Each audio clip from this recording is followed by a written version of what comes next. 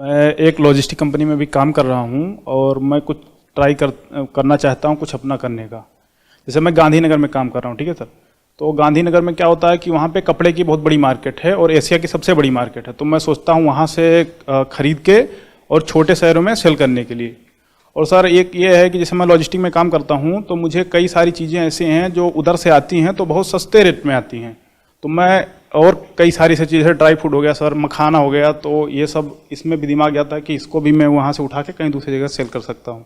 जैसे सर मैंने अभी देखा, हम लोग बिल वगैरह आता है तो देखते हैं तो सर मखाना जो आता है 300 रुपये के जी आता है बिहार से, और यहाँ पे सर दिल्ली वगैरह में 700-800 रुपये पर के जी सेल होता है। तो उसमें भी कर सकते हैं। लेकिन सर आने का सोर्स तो पता है कि खरीदना कहाँ से, लेकिन सर सेल कहाँ करना है ये नहीं पता है।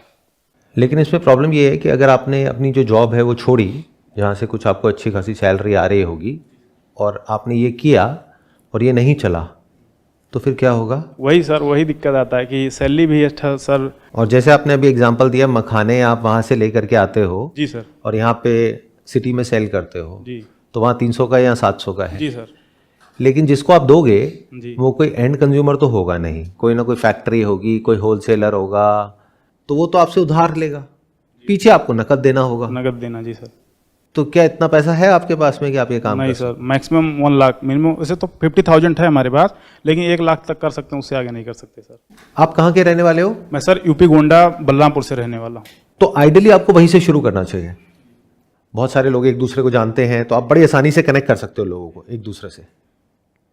रिस्क उतना लो जितना कि अगर आप पूरी तरह से फेल भी हो गए तब भी आपको कोई फर्क नहीं पड़ने वाला। उससे ऊपर रिस्क लेने का कोई फायदा नहीं है। मतलब क्या कि आप जॉब तो कर ही रहे हो। Yes sir. जॉब छोड़ने की कोई जरूरत नहीं है। आई एम श्योर जहां के आप रहने वाले हो वहां पर कोई ना कोई आपका भाई या कोई दोस्त जरूर होगा। मैं ठीक कह रहा हूं, गलत कह रहा हूं? Yes sir, yes sir. जिसके साथ मिल करके आप ये काम कर सकते हो। मतलब गाइडेंस आपकी, काम वो करेगा, पैसा आधा आधा। जैसे आपके पास में अभी 50,000 रुपए है रिस्क लेने के लिए, तो 50,000 रुपए आपने लगाया काम में, 50,000 रुपए उसने लगाया। नॉलेज आपकी, एक्सपीरियंस आपका, गाइडेंस आपकी, काम वो करेगा। अब सवाल उठता है काम क्या है? वहां पर आपने पहले एक सेगमेंट को चूज किया और उसमें भी स्टार्ट करने के लिए पहले एक सबसे छोटी सेगमेंट को पकड़ा जहां पर प्राइस सेंसिटिविटी बहुत ज्यादा नहीं है। That could be baby products. क्योंकि एक बार कोई इंसान जब मंदी आती है या काम कम होता है या पैसा नहीं होता है तो अपने ऊपर खर्चे काटता है, लेकिन अपने बच्चों के ऊपर खर्चने से पहले नहीं सोचता है। तो आपने क्या करा? पहले तो नैरो डाउन किया। अभी माइंड में जो 1000 चीजें चल रही हैं, कभी मखाना आ रहा है, कभी ड्राई फ्रूट आ रहा है, कभी ये आ रहा है, कभी वो आ रहा है, सब तरफ से हट करके आप कहां आ गए? एक ऐसी कैटेगरी में जो इंडिया में कहीं भी कर लो उसकी डिमांड है ही है, क्योंकि बच्चे तो है ही हैं। तो न्यूबॉर्न जो बेबीज हैं उनके जो प्रोडक्ट्स होते हैं उसकी होलसेल मार्केट कहां है? उनकी एक्सेसरीज की बात करी जाए तो सदर बाजार, उनके कपड़ों की बात करी जाए तो गांधीनगर। ऐसे आप देख सकते हो उस पर्टिकुलर कैटेगरी में कहां कहां पे वो मार्केट्स हैं। फिर ये रिसर्च करने के बाद में जब आपको पूरा श्योर हो जाए कि बेबी प्रोडक्ट्स में ये 1000 आइटम्स हैं, लेकिन इन 1000 आइटम्स में से ये 20 आइटम्स हैं जो चाहिए ही चाहिए हर दुकान वाले को, और ऑनलाइन भी बहुत बिकती है, ऑफलाइन भी बहुत बिकती है। आपने देखा ऑनलाइन उसका क्या प्राइस है, ऑफलाइन देखा वहां पे, फिर आपने उसको सोर्स किया कम से कम प्राइस में by visiting multiple wholesalers, manufacturers. यहां तक क्लियर हो रहा है? मतलब मेरे साथ साथ चल पा रहे? मजा आ रहा है सब में? सर बात तो मैं सिर्फ इनसे कर रहा हूं, लेकिन अगर आप ध्यान से सुनोगे तो आपको समझ आएगा कि मैं सोचता कैसे हूं। जो आप लोगों की जो थॉट प्रोसेस है उससे बिल्कुल अलग है। आप लोग कैसे सोचते हो? मैं ये कर लेता हूं, वो करने से इतना प्रॉफिट आ जाएगा। मैं ऐसे नहीं सोच रहा हूं। मैं सोच रहा हूं कि किस तरीके से ये इस काम को करें और फटाफट से इनको पता लग जाए कि इस काम में दम है या नहीं है। यानी कि अगर फेल हो भी जाए तो फेल होकर के आगे बढ़े। मैंने जब इनको कहा कि आपने टोटल 1 लाख रुपए लगाया, यानी 50,000 आपने, 50,000 आपने, तो आपको पहले से क्या सोचना है? सारा पैसा एक काम में नहीं लगाना है। आपने पहले ही अपने माइंड में बिठा लिया कि इस 1 लाख रुपए को मैं डिवाइड करूंगा 5 अलग अलग बिजनेसेस में, 20,000, 20,000, 20,000, 20,000, 20,000, जिसमें से हो सकता है मुझे पहले में सक्सेस मिल जाए, हो सकता है 5वें में मिले, लेकिन जब तक मैं 5वें तक पहुंचूंगा तब तक इतना कुछ सीख चुका हूंगा कि फेल होने के चांसेस कम होते चले जाएंगे। तो पहले जब आप इस काम को कर रहे हो तो आपने पहले तो अपने रिस्क को कैप कर दिया, नहीं तो क्या गड़बड़ होगी। अगर आप पैसा कमाने के लिए बिजनेस करोगे जैसे लोग करते हैं, तो आप अपने लिए कोई लिमिट ही सेट नहीं करोगे अपने माइंड में, या करोगे भी तो वो पक्की नहीं होगी। अपने माइंड में रखोगे मेरी बातें सुन करके या इधर उधर से कहीं से कुछ बातें सुन करके, चलो मैं ये काम करता हूं, आइडिया बहुत बढ़िया लग रहा है, मेरे पास में कितना है 50,000 रुपए, मैं लगाता हूं 1 लाख, तेरे पास में कितना है 1 लाख, चलो 2 लाख रुपए लगाते हैं। और फिर जब करने जाओगे और 2 लाख रुपए डूब रहा होगा तो अब उस 2 लाख को रिकवर करने के चक्कर में 5-10 लाख रुपए और लगा दोगे, और उसके बाद जिंदगी में कभी दोबारा हिम्मत ही नहीं होगी कुछ और करने की। जैसे आप म्यूचुअल फंड में इन्वेस्ट करते हो, क्या करते हो, ले जा करके सारा पैसा एक स्टॉक में डालते हो। 20, 30, 40 स्टॉक्स होते हैं, उसमें वो डाइवर्सिफाई किया जाता है। क्यों? ताकि एक कंपनी अगर बंद भी हो जाए या उसमें कुछ गलत भी हो जाए, जबकि वो कंपनी तो इतनी बड़ी है, वो बिजनेस तो इतना बड़ा है, तब भी ओवरऑल आपके पोर्टफोलियो पे इतना इंपैक्ट ना आए, आपकी लाइफ पे इतना इंपैक्ट ना आए। इसको डाइवर्सिफिकेशन बोलते हैं। बट जब हम काम करते जाते हैं तब ऐसा क्यों नहीं करते? क्यों? क्योंकि हम सब फेलियर से डरते हैं, फेलियर की तो बात ही नहीं करते हैं, फेलियर के बारे में तो सोचते ही नहीं है। वो सोचना तो हमको ऐसा लगता है नेगेटिविटी है, और सिर्फ सक्सेस के बारे में सोचते हैं और फंस जाते हैं। ये बिल्कुल ऐसा है जैसे आप किसी कैसीनो में चले गए जीतने के लिए, गारंटेड हारोगे। तो अभी हम क्या कर रहे हैं, अगर आप ध्यान से समझ पा रहे हो, फेलियर को प्लान कर रहे हैं। मैं अपने एक्सपीरियंस के बेस पे इनको स्टेप बाय स्टेप बता रहा हूं क्या करना है, कैसे करना है। उसके बावजूद मुझे पता है कि आप क्या, अगर मैं खुद भी ये काम करूंगा तो फेल होने के चांसेस कम से कम भी नहीं तो 70-80% है। सक्सेसफुल होने के चांसेस हार्डली 20-30% है। बट आप लोगों को कैसा बिजनेस चाहिए होता है? 100%। ऐसा कुछ नहीं होता है, इसीलिए लाइफ में कभी आगे नहीं बढ़ पाते हो। तो आपने क्या किया, 1 लाख को पहले तो डिवाइड कर दिया 20-20 हजार के चंक में। मतलब अगर 20,000 से ऊपर लग रहा होगा 1 रुपए भी आप नहीं डालोगे, तो आपका माइंड क्लियर हो गया 20,000 तक का मैं रिस्क ले सकता हूं। तो 20,000 में क्या आ सकता है? कुछ लिमिटेड सामान ही आएगा ना, सब कुछ तो नहीं आ सकता ना। तो पहले आपको चूज करना होगा कि क्या ले करके आना है यहां से, दिल्ली से, होलसेल मार्केट से या मैन्युफैक्चरर से। हो सकता है वो कपड़े हो सकता है कोई एक्सेसरीज हो सकता है कुछ और ही हो। बट एक बात पक्की है, वो क्या होगा जिसकी डिमांड होगी मार्केट में। Product market fit has to be clear. बिना उसके आप अपनी सोच के अकॉर्डिंग कुछ भी कर रहे हो, वहां पे फेलियर रेट इज अराउंड 99.99%। 0.01% है कि आपका तुक्का लग जाएगा और आप कुछ कर जाओगे। 99.99% है कि आप फेल होगे। बट कोई और आपको बोलेगा तो आपको बुरा लगेगा सुनने में। अभी हम क्या कर रहे हैं, पहले प्रोडक्ट मार्केट फिट ढूंढ रहे हैं। यानी क्या, मार्केट में जो ऑलरेडी जिस प्रोडक्ट की डिमांड बहुत ज्यादा है वहां तक हम पहुंचने की कोशिश कर रहे हैं। वहां तक कैसे पहुंचना है ये आपको क्लियर हो रहा है? कैसे पहुंचोगे बताओ? सर रिसर्च करके पहुंचेंगे, वहाँ पे जाएंगे, सभी लोग से बात करेंगे कि जैसे छोटे छोटे दुकानदार हैं, या उनसे पूछेंगे कि सर आपके यहाँ अभी क्या चल रहा है, क्या ज़्यादा चीज़ें मतलब सेल हो रही हैं। और ऑनलाइन भी हम चेक कर सकते हैं उसको कि किसकी रेटिंग अच्छी है, कौन सा प्रोडक्ट ज़्यादा बिकता है इसमें। जैसे आपने बेबी प्रोडक्ट बोला, तो उसको हमें यहाँ से खरीदने हैं और फिर उधर सप्लाई करना है।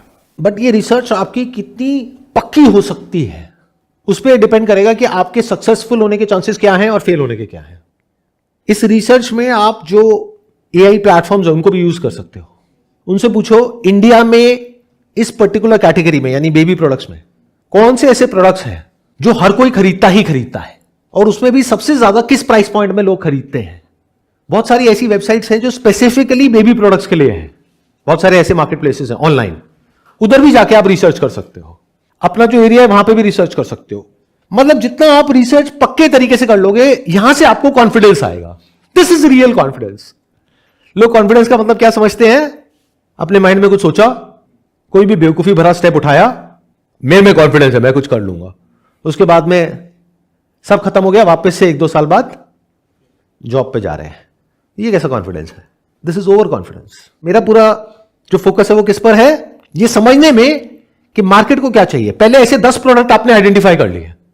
दैट कुड बी एक बेबी के लिए प्रैम चाहिए, दैट कुड बी बेबी के लिए एक झूला चाहिए, दैट कुड बी बेबी के लिए कुशन चाहिए। ऐसे आपने 10 प्रोडक्ट्स आइडेंटिफाई कर लिए। अब आपने देखा वहां पे वो कितने के बिक रहे हैं, और फिर उसको सोर्स किया उससे कम प्राइस में जितने के ये खरीद रहे हैं वहां पे जा करके, और उनको उससे कम में दिया। अब ये सब किसका पार्ट है? मार्केट रिसर्च का। इसमें पैसा कितना लग रहा है? कुछ भी नहीं, या ये कह लो आना जाना ट्रैवल, बस उतना ही लग रहा है ना। जैसे हमारे 2-3 फ्रेंड भी हैं, उनका दुकान भी है सर कपड़े का, तो उनसे भी मैं पता कर सकता हूँ। व्हाई नॉट, उनसे भी पता कर सकते हो। और जरूरी नहीं है मैंने बोल दिया बेबी प्रोडक्ट्स तो वो पत्थर की लकीर हो गई, नहीं। आपके कुछ फ्रेंड्स हैं जिनकी की कपड़ों की दुकान है, तो वो खुल के आपसे बात करेंगे और आपको ये पता लग जाए कि अच्छा इतने का वो माल लेकर के आते हैं। आपने धंधे को पूरा अच्छे से समझ लिया। अब आपने क्या कहा, आपको कहीं जाने की जरूरत नहीं है, आपको उससे सस्ते में उससे बेटर क्वालिटी हम दे रहे हैं, और शुरू में कैश पे ऑपरेट करो। धीरे धीरे आपको समझ आ जाएगा कौन सा दुकानदार कैसा है। जब 2 4 5 बार डीलिंग करोगे फिर आप उसको उधार दे सकते हो। बट किन प्रोडक्ट्स का जो आपको पता है कि मैं आज दे रहा हूं 10 दिन में इसका स्टॉक क्लियर होना ही होना है। क्यों? क्योंकि आपको वो बिजनेस समझ आ चुका है। गलती से कोई ऐसा प्रोडक्ट दे दिया जो नहीं बिका तो वो आपके पास वापस आ जाएगा अगर आपने उधार पे दिया है तो। इसलिए ये प्रोडक्ट मार्केट फिट इतना इंपॉर्टेंट होता है। कहीं गलती से आप किसी ऐसे प्रोडक्ट में हाथ ना डाल दो जो आपको अच्छा लग रहा है, उसका क्या करोगे? समझ गए? ऐसे हम बिजनेस शुरू करते हैं। आपको देखना है मार्केट को क्या अच्छा लग रहा है। हो सकता है आपको बहुत बेकार लग रहा है बट मार्केट वही खरीद रहा है। तो शुरू आपने किया कम से कम प्रोडक्ट से, मान लो 10 प्रोडक्ट से, और 10 प्रोडक्ट के अगर 10-10 पीस भी आपने उठाए यानी 100 पीस हो गए, और एक पीस ऑन एन एवरेज 150 रुपए का है, 200 रुपए का है, तो इन्वेस्टमेंट कितनी हुई? 20,000 रुपए। बस यहां पे ये बिजनेस या तो आर है या पार है। इसके आगे इस पर्टिकुलर सेगमेंट में दिमाग नहीं लगाना है। फिर क्या करना है? फेल हो गए लेकिन इससे कुछ सीखा, वो जो सीखा उसको अप्लाई करो किसी और बिजनेस में, और वो बिजनेस क्या होगा वो मुझे नहीं पता, आपको नहीं पता, बट जब फील्ड में उतरोगे तो नजर आने लग जाएगा, दिखने लग जाएगा। क्लियर हो रहा है मैंने क्या कहा? तो आपके माइंड में कुछ क्लैरिटी आई ये डिस्कशन करके? अब इसमें आप सक्सेस को प्लान मत करना, ये सबसे बड़ी गलती होती है। आप फेल होने के लिए काम करो। इन अदर वर्ड्स, अगर मेरा और मेरे दोस्त का 10-10 हजार रुपया डूब भी गया तो गया क्या, लेकिन अगर ये बिजनेस चल गया तो आया कितना? एक नई जिंदगी मिल गई, वो सब कुछ मिल गया जो भी आपको अपनी लाइफ से चाहिए। क्योंकि बहुत लोगों को तो यही नहीं पता है कि पैसा है क्या, पैसा कमाना क्यों है। बहुत लोग बस वैसे ही पागलों की तरह पैसे के पीछे भागते रहते हैं और उन्हें पता ही नहीं है कि वो है क्या। आप में से किसी को पता है पैसा क्या है? सर आपकी लाइन है ये, पैसे की वैल्यू उतनी ही है जितनी गाड़ी में पेट्रोल की वैल्यू है। और क्या बिना पेट्रोल के गाड़ी चल सकती है? नहीं चल सकती। नहीं चल सकती। तो इसका मतलब एक ऐसी गाड़ी जिसमें पेट्रोल नहीं है और उसमें आप बैठे हो तो क्या आप कैद में नहीं हो, बंधे हुए नहीं हो? और अगर वो पेट्रोल खरीदने के लिए आपके पास में पैसा है, अगर गाड़ी की बात करी जाए, इतना पैसा है कि आप कितना भी पेट्रोल भरवा सकते हो और कहीं तक भी जा सकते हो, तो पैसा मतलब फ्रीडम, एंड पैसे की कमी मतलब बॉन्डेज। इसको अच्छे से समझ लो। तो आप लोग बात तो करते हो बिजनेस की, पैसा कमाने की, but you never understand what it means. और गड़बड़ क्या हुई है?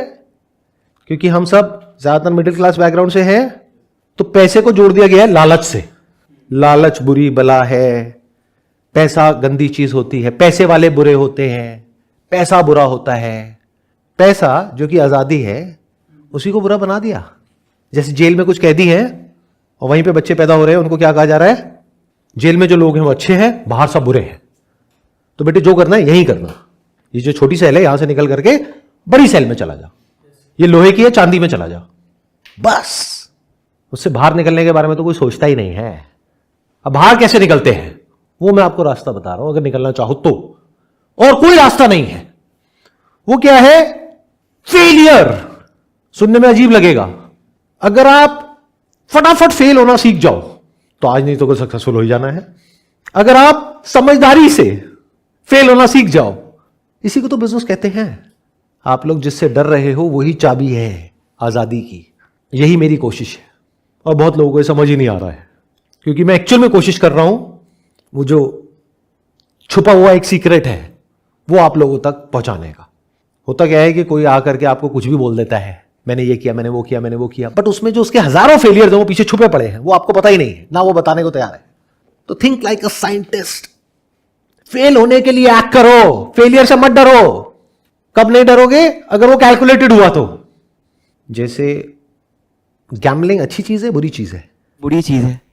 आप एंटरटेनमेंट के लिए कहीं बाहर खाना खाने जाते हो, फैमिली के साथ में मूवी देखने जाते हो, क्या वो अच्छी चीज है बुरी चीज है? अच्छी चीज है, एंटरटेनमेंट मिलता है। तो गैम्बलिंग में मजा नहीं आता है?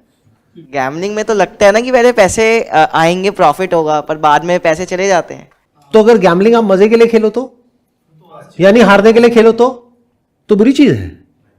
फिर बुरी नहीं है। मतलब अपनी औकात में खेलो और उतना ही खेलो जितना आप हारो तो प्रॉब्लम ना हो। जीतने के लिए ना खेलो तो कैसे बुरी चीज है।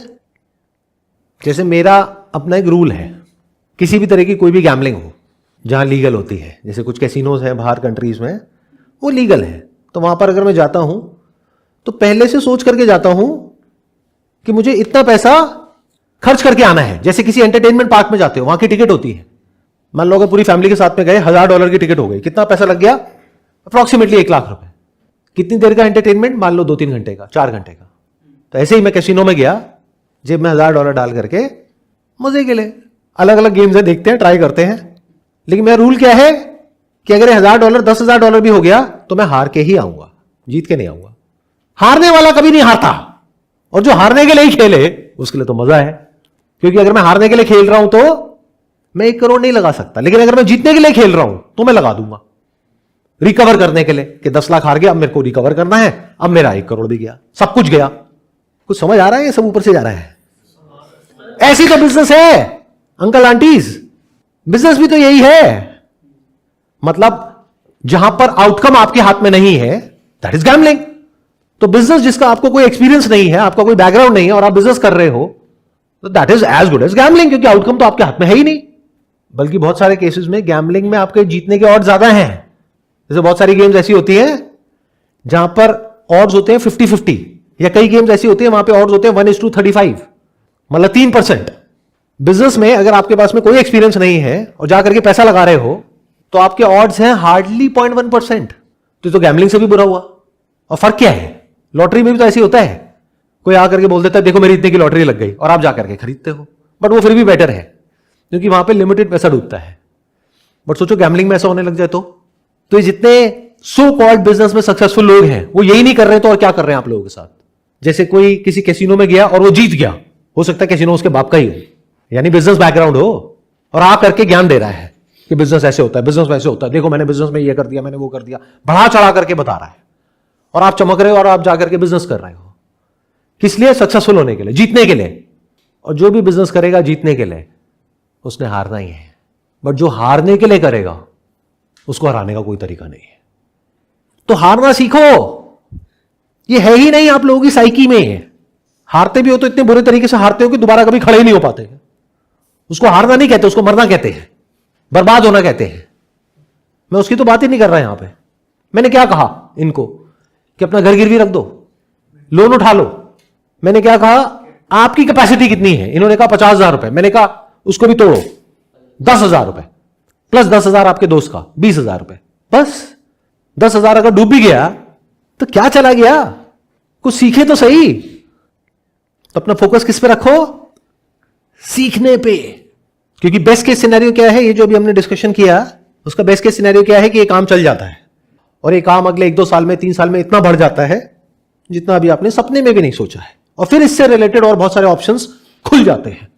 वर्स्ट केस सिनेरियो क्या है? ये काम आपने किया, फेल हो गया, बट फेलियर को आपने लिमिट कर दिया, तो कितना डूबा? 20,000 रुपए। बट क्या सीखा? रिग्रेट नहीं होगा ना फिर कि मैंने काश मैंने ये किया होता तो ये हो जाता है। रिग्रेट नहीं रहेगा, सर हाँ हमने किया था, नहीं हुआ। कोशिश तो करी, और कोशिश किस चीज की है ये क्लियर है या नहीं है? अगर ये कोशिश नहीं करते तो उसकी कॉस्ट क्या है, उसका प्राइस क्या है? गुलामी। और अगर जीत जाते हो तो क्या मिलता है? आजादी। अगर ये समझ आ गया है तो कोशिश करोगे। फिर जो भी करना पड़ रहा है ये पाने के लिए, जिसकी मैं बात कर रहा हूं, क्या है? आजादी। उसके लिए जो भी करना पड़ रहा है, कितनी भी मेहनत करनी पड़ रही है, कितना भी अपने कंफर्ट जोन से बाहर निकलना पड़ रहा है, कितना भी फिजिकल पेन हो रहा है, साइकोलॉजिकल पेन हो रहा है, एवरीथिंग इज वर्थ इट। क्योंकि एंड में क्या है? आजादी। Freedom to live the kind of life that you always wanted to live. Freedom to do whatever you want to do, not because you have to do. दोनों में बड़ा फर्क है। आज क्या है? थर्सडे, मतलब कि वीक डे, और मैं यहां बैठ करके आराम से आपके साथ में टाइम पास कर रहा हूं। इससे मुझे क्या बेनिफिट हो रहा है? जिसको भी आप बेनिफिट बोलते हो, प्रॉफिट बोलते हो, मेरे को क्या हो रहा है? लॉस। तो freedom to make a loss and smile, ये है आपके पास में। समझे? मेरे को नुकसान हो रहा है यहां पर बैठ करके, कितने का वो आप लोग नहीं समझ सकते, वो मुझे पता है मेरे टाइम की क्या वैल्यू है, और वो आपकी सोच से परे है। मतलब मैं हंसते हंसते लाखों का नुकसान कर रहा हूं, और अगर लॉन्ग टर्म में देखा जाए तो करोड़ों का नुकसान कर रहा हूं। क्यों? क्योंकि जितना मुझे चाहिए उससे ज्यादा मेरे पास में है। Now I don't have to work for money, money is working for me. ये 3 लेवल्स पता है आपको फ्रीडम के? नहीं पता, कभी किसी ने बताया ही नहीं। सबने ये बोला स्कूल चले जाओ, कॉलेज चले जाओ, ये ले लो, वो ले लो, डिग्री ले लो, ये काम कर लो, वो काम कर लो। दिमाग तो कभी किसी ने खोला ही नहीं, सबने बंद करने का काम किया है। एक लेवल होता है जहां पे आप अपने टाइम को एक्सचेंज करते हो पैसे के लिए, यहां पे फ्रीडम है। रिस्क कितना है? बहुत ज्यादा है, क्योंकि अगर कल को आपको कोई हेल्थ की प्रॉब्लम हो जाए और आपकी फैमिली है, आपके बीवी बच्चे हैं जो आप पे डिपेंड है, क्या करोगे? अगर आप जो भी काम करते हो अपनी कंपनी में वो करने के लायक नहीं हो तो क्या कंपनी आपको रखेगी? निकाल देगी, निकाल देगी। तो ये क्या है? Survival from the financial perspective. दूसरा लेवल क्या है? Financial security. मतलब क्या? सरकारी नौकरी। वहां पर क्या मिलता है? You don't get financial freedom, you get financial security, कि अगर कल को आपको कोई प्रॉब्लम हो भी गई तो पेंशन आ जाएगी, सरकार है, जल्दी से निकालेंगे नहीं। हाँ, ट्रांसफर हो सकता है, बट इतनी जल्दी नहीं निकालते जितना जल्दी प्राइवेट जॉब में निकालते हैं। बट चाहे प्राइवेट जॉब हो चाहे गवर्नमेंट जॉब हो, आप कितना दूर तक जाओगे वो डिपेंड करता है कि आप कितना सह सकते हो, आपकी सहन शक्ति कैसी है। इच्छा शक्ति नहीं, दोनों में फर्क समझ आ रहा है? सहन शक्ति। ऊपर जो लोग बैठे हैं वो कुछ भी बोलते हैं, आपको बुरा भी लगता है तो क्या करोगे? पलट करके बोलोगे? सह लोगे।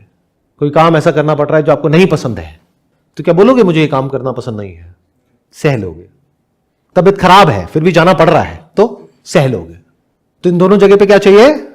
Whether it is financial survival और फाइनेंशियल सिक्योरिटी, यहां पर चाहिए सहन शक्ति, ना कि इच्छा शक्ति। जरूरत से ज्यादा अगर आपके अंदर इच्छाएं होगी और आप जॉब में हो तो सबसे पहले आप ही को निकाला जाएगा। कहेंगे भाई जितना कहा है उतना करो, ज्यादा दिमाग लगाओगे तो बाहर हो। ये बातें सुनने में कड़वी तो नहीं लग रही ना? रियलिटी है। ठीक। फाइनेंशियल फ्रीडम क्या होती है? Where you don't have to work for money, money works for you. अब काम करो या ना करो, आपकी मर्जी। मतलब कि फाइनेंशियल फ्रीडम का मतलब क्या हुआ? बिजनेस है या नहीं है कोई फर्क नहीं पड़ता, जॉब है या नहीं है कोई फर्क नहीं पड़ता, कोई इनकम है या नहीं है कोई फर्क नहीं पड़ता। इसको वेल्थ बोलते हैं। Wealth which takes care of you if you take care of it. Simple. क्या पॉसिबल है? हाँ है। अब आपको अपने आप से पूछना है कि यहां तक पहुंचने के लिए क्या प्राइस पे करने को तैयार हो। इसका प्राइस क्या है? अभी आपके केस में अगर बात करी जाए तो 10,000 रुपए, या मान लो 10-10 हजार रुपए आपने 5 बिजनेसेस में लगाए या 10 में लगाए, और अगर मान लो in the worst case scenario आपने 10 तरह के बिजनेसेस ट्राई करे, 10 के 10 फेल हो गए, तो 1 लाख रुपए तो गया, बट क्या कुछ मिला? यस सर, सीखने को बहुत कुछ मिला, एक्सपीरियंस मिला सर, कि ये 10 रास्ते हैं, इससे हम ये इसको अचीव नहीं कर सकते हैं, इसके लिए मुझे 11वां तलाशना पड़ेगा। सीखने को कुछ ऐसा मिल गया जो किसी स्कूल कॉलेज में नहीं सीख सकते, करके ही सीख सकते हो। कितनी भी किताबें पढ़ लो, किताबें पढ़ के स्विमिंग नहीं सीख सकते, उसके लिए उतरना पड़ता है पानी में। तो पानी में उतरना आ गया। हाँ, गहरे में तैरना नहीं आया, और इसको ऐसे समझ लो, ये जो लाख रुपए गया ये कोचिंग में गया। कोचिंग में कितना पैसा जा रहा है आप लोगों का, वो मुझे बताने की जरूरत नहीं है, आप लोगों को मुझसे ज्यादा अच्छे से पता है। और वहां पे भी सक्सेस रेट क्या है? 100% है। यूपीएससी की कोचिंग, नीट की कोचिंग, आईआईटी की कोचिंग, सबका हो जाता है? नहीं होता। और पैसा कितना लगता है? लाख रुपए, 2 लाख रुपए, 3 लाख रुपए। टाइम कितना लगता है? 1 साल, 2 साल, 5 साल। बदले में मिलता क्या है अगर हारे तो? कुछ भी नहीं। ये एक्सपीरियंस किस काम का है? किसी काम का नहीं है। तो इसको बोलते हैं बैड फेलियर, और जिसकी अभी हम बात कर रहे हैं उसको क्या बोलते हैं? Smart failure. फेल भी हो गए तो एंड में आप उससे लाख गुना ज्यादा स्मार्ट हो गए as far as the thinking is concerned. जैसे बॉडी बिल्डिंग के लिए हम जाते हैं ना अपनी मसल्स के लिए जिम में, तो ये मेंटल मसल्स आपकी स्ट्रांग हो रही है। फेल हो गए तो क्या हुआ? मेंटल मसल्स स्ट्रांग हो गई। एटलीस्ट आपको ये सब बातें समझ आने लग गई।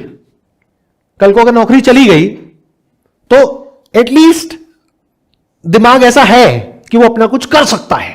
हो गया तो बहुत बढ़िया है, नहीं हुआ तो भी बढ़िया है, क्योंकि कुछ तो सीख ही गए हो। और कुछ नहीं तो अगर मैं कोई इस लेवल की बात करूंगा जो एक्चुअल में एक पर्टिकुलर लेवल की है, वो बाकी लोगों के ऊपर से चली जाएगी, कम से कम आपको समझ आएगी। ये सब करने के बाद 1-2 साल बाद, अभी नहीं आएगी बट 1-2 साल बाद समझ आने लग जाएगी। ये छोटी चीज है क्या? इट्स एज इफ अभी आप सब अपनी अपनी एक गुफा में बैठे हो अंदर, और आपको लगता है यही दुनिया है। उस गुफा के बाहर से आकर के कोई कह रहा है नहीं बाहर भी एक दुनिया है, बट आप उससे लड़ोगे, आप कहोगे नहीं दुनिया तो ऐसी होती है। तो इस गुफा से बाहर निकलने के लिए आप क्या प्राइस पे करने को तैयार हो in terms of time, money, energy, effort, वो आपको अपने आप से पूछना है। मैं बस इतना कह सकता हूं कि इसके बाहर भी एक दुनिया है, क्योंकि मैं कोई सेकंड जनरेशन एंटरप्रेन्योर नहीं हूं, तो मुझे पता है कि इसके बाहर भी एक दुनिया है, बहुत बड़ी दुनिया है। आसमान भी है, सूरज भी है वहां पर, पंछी भी है। अभी आपको नहीं समझ आएगा, बट कोशिश करोगे तो शायद आप भी कभी अपनी ही बनाई हुई इस गुफा से निकल पाओ बाहर और देख पाओ और समझ पाओ जो मैं कह रहा हूं। Wish you all the best. Thank you so much for coming ji.